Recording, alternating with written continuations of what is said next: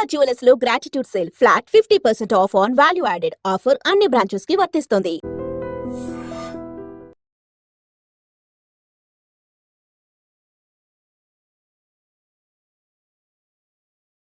అది ఆ విధంగానే నెగ్లిజెన్స్ కూడా గురైంది కదా. అయితే విషయం ఏంటంటే ఆ విధంగా నెగ్లిజెన్స్ గురైంది కాబట్టే ఇవాళ ఆర్ కృష్ణయ్య గారు కానీ, నేను కానీ, శ్రీనివాస్ గారు కానీ, ఇంకా బీసీ నాయకత్వం అంతా కూడా ఒకే వేదిక మీదకి వచ్చి పని చేస్తున్నటువంటి క్రమంలో వీళ్ళంతా ఒక్కటి కాకూడదు కదా అనేటువంటి ఒక దుశ్చర్యకు, ఒక దుస్సాహసానికి ఈరోజు కూడా మీరంతా మా కిందే ఉండాలనేటువంటి ఒక సంకల్పంతో మాట్లాడుతున్న సమయంలో మేము మిమ్మల్ని ఎట్లా కలుపుకొని పని చేస్తాం? మేము ఎవరు మాట్లాడారు?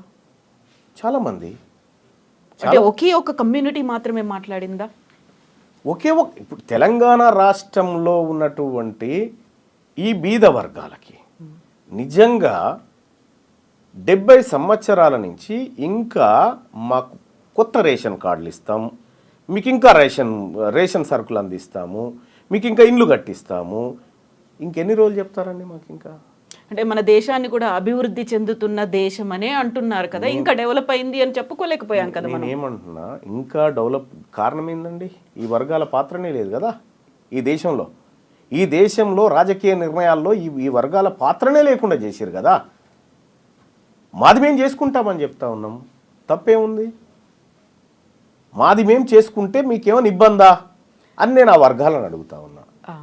సేమ్ మళ్ళీ ఇక్కడ కూడా అడగడం అనేది ఎలా అడుగుతారు? మాకంటూ ఒక ఫెయిర్ షేర్ కావాలి, మాకు సమాన వాటా ఉండాలి, హక్కులు ఉన్నాయి, మేము అధికారంలోకి రావాలి అనుకున్నప్పుడు వారిని అనగదొక్కండి, లేకుంటే వారిని ఇంకేదో చేసేయండి, మనం అధికారంలోకి వద్దాము, యుద్ధం చేద్దాము అనే ఒక మాట ఉంది చూడండి. పోరాటం చేయడం వేరు, యుద్ధం చేయడం వేరు కదా. అంటే యుద్ధము మీరు తెలంగాణ రాష్ట్రంలో మీరు రాసి పెట్టుకోండి. ఇప్పుడు చెప్తా ఉన్నా, అధికారం అనేది బీసీల వైపుకు ట్రాన్స్ఫర్ కావడంలో కూడా కాదు, రక్తపాతంతోనే ట్రాన్స్ఫర్ అవుతుంది భవిష్యత్తులో.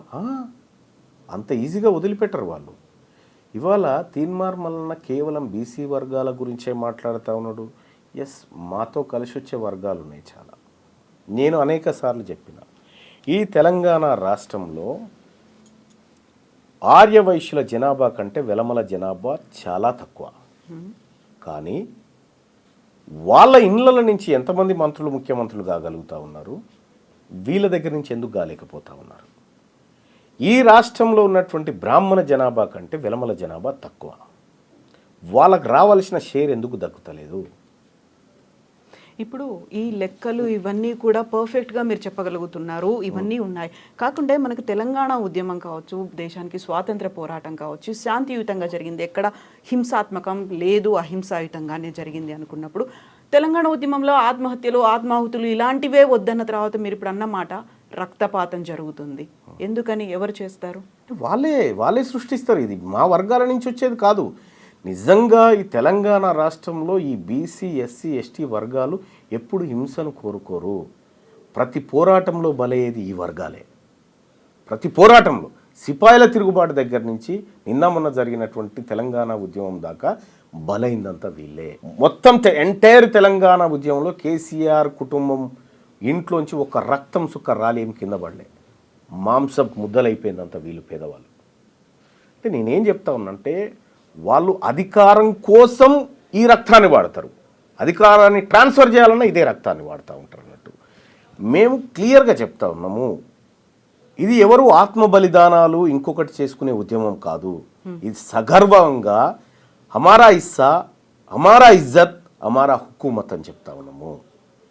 న్యాయబద్ధంగా రావాల్సిన వాటా మీ వాటా మీరు తీసుకోండి, మా వాటా మాకు కావాలి.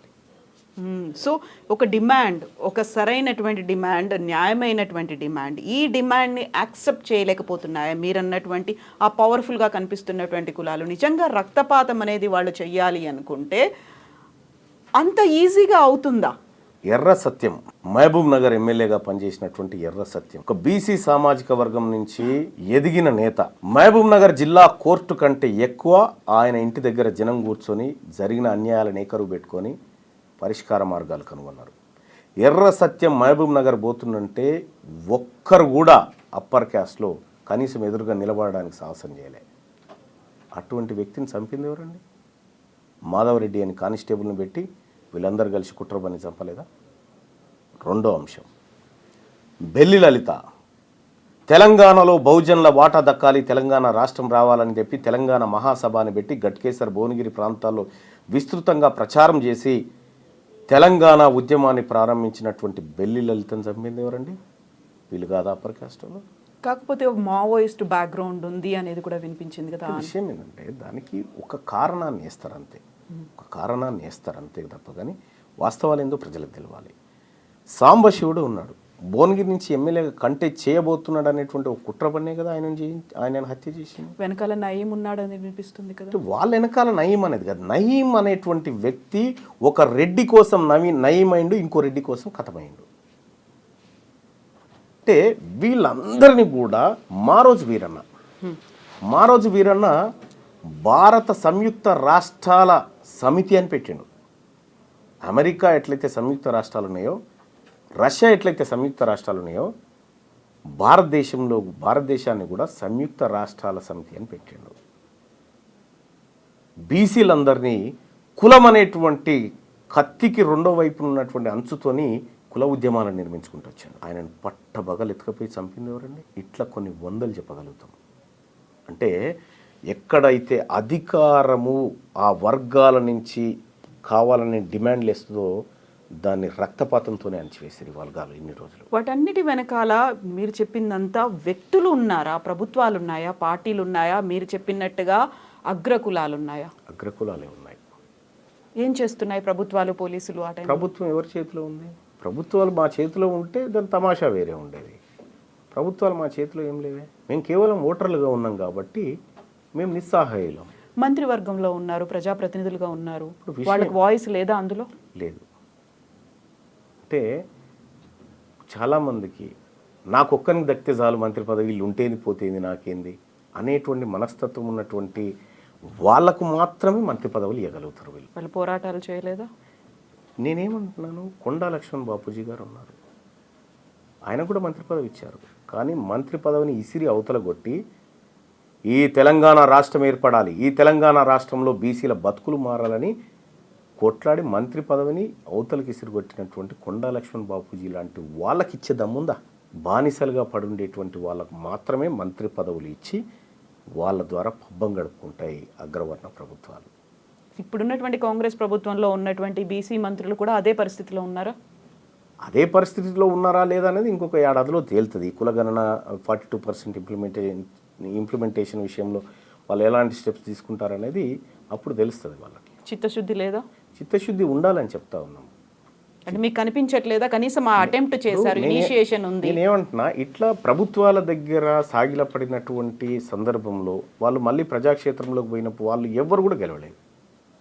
అంటే అల్టిమేట్గా ప్రజలు నిన్ను నమ్మాలి, నీ వైపు ఉన్నప్పుడు మాత్రమే నువ్వు ఏ హోదాలో ఉన్నా. నిజంగా ప్రజలు నీ వైపు ఉంటే నీకు మంత్రి పదవి ఉండదు ఫస్ట్. అదేం లాజిక్? అంతే కదా, నువ్వు వాళ్ళ వైపు ఉండాలి. మీ వాయిస్ని అక్కడ ప్రభుత్వంలో వినిపిస్తున్నారు అనేది లేదా? అక్కడ కాదా, జరగట్లేదా? ఎవరు? నా వాయిస్నా? మీ అంటే అందరి వాయిస్ని ఇప్పుడు ఎవరి కోసం అయితే పోరాడుతున్నారో ప్రతినిధులుగా. ఒకటి ఏంటంటే, మంత్రి పదవి అనేది ముఖ్యమంత్రి విశ్వాసం ఉన్నన్ని రోజులు మాత్రమే ఉండగలిగినటువంటి పదవి.